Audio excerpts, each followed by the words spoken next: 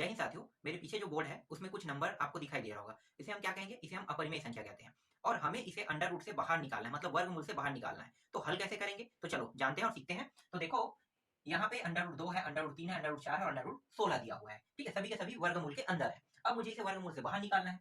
तो जो ये वाला मान है और ये वाला मान है ना, ये अंडर रूट से बहुत आसानी से बाहर आ जाए। कैसे? क्योंकि हमें पता है कि 2 गुणी 2 कितना होता है? 4 होता है और 4 गुणी 4 कितना होता है? 16 होता है। तो ये अंडर रूट से बाहर कैसे आ जाएगा? देखो, अंडर रूट से बाहर ये इस तरह से दो जोड़ा बना रहा है, इसका मतलब ये बाहर आ गया। ये भी जोड़ा बना रहा है, ये भी बाहर आ गया। क्या हम अंडर रूट 3 को भी बाहर ला सकते हैं? क्या हम अंडर रूट 2 को भी वर्गमूल से बाहर ला सकते हैं? ठीक है, ऐसे तो नहीं ला सकते। तो इसको कैसे लाएंगे? तो इसको हल करने का एक तरीका है जिसे हम कहते हैं, इस प्रकार से भाग देना है हमें। ठीक है, देखो ये भाग ही हो रहा है, कुछ नहीं हो रहा है और सिर्फ भाग हो रहा है। तो ये 2 हो गया। ठीक है, 2 को हम इस तरह से लिखेंगे। अब हम जो भी पहाड़ा पढ़ेंगे उसको उतने ही बार पढ़ेंगे, लेकिन 2 से अधिक नहीं होना चाहिए। अगर 2 का पहाड़ा मैं 2 बार पढ़ूंगा, 4 हो रहा है तो ज्यादा हो रहा है। तो हम क्या करेंगे? 1 गुणित 1, 1 का पहाड़ा अगर हम एक बार पढ़ लेते हैं तो कितना होगा? 1 ही होगा। ठीक है, तो 1 का पहाड़ा मैंने एक बार पढ़ा, एक बार गया है। देखो 1 ऊपर में आ गया, एक बार ये जाएगा। ठीक है, अब घटा दो इसको तो 1 आ जाएगा। ठीक है, और यहाँ पे जो 1 है, 1 जोड़ोगे कितना हो जाएगा? 2। बहुत सिंपल ट्रिक है। 2 हो गया ये। ठीक है, जुड़ के ये 2 हो गया। ये 1 है और ये 1 वाला यहाँ पे आके ना नीचे हम लिख देते हैं इसको, तो 2 आ गया। ठीक, 2 हो गया।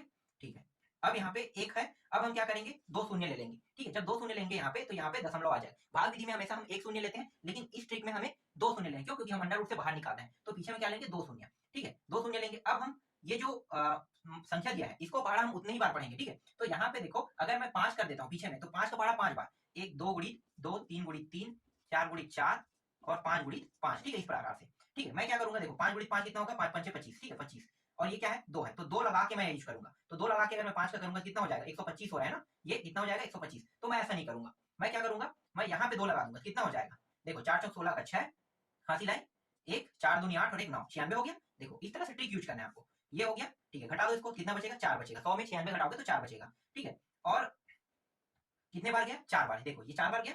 ठीक है, 4 बार हम यहाँ पे लिख लेंगे। तो ये 4। ठीक है, और यही जो 4 है ना, इसको क्या करेंगे? ये जो 4 है इसको यहाँ पे जोड़ देंगे। कितना हो जाएगा? 28 हो जाएगा। देखो सिंपल ट्रिक है, बहुत आसान ट्रिक है। 28 हो गया। ठीक है, अब क्या करेंगे? इसके पीछे में फिर 2 जीरो लगा देंगे। कितने बार जाएगा? 1 बार जाएगा। देख लो, अगर मैं यहाँ पे 28 को आगे में रख दूंगा, कितने बार जाएगा? 1 बार जाएगा। तो 1 बार गया, 2 8 1, ये रहा।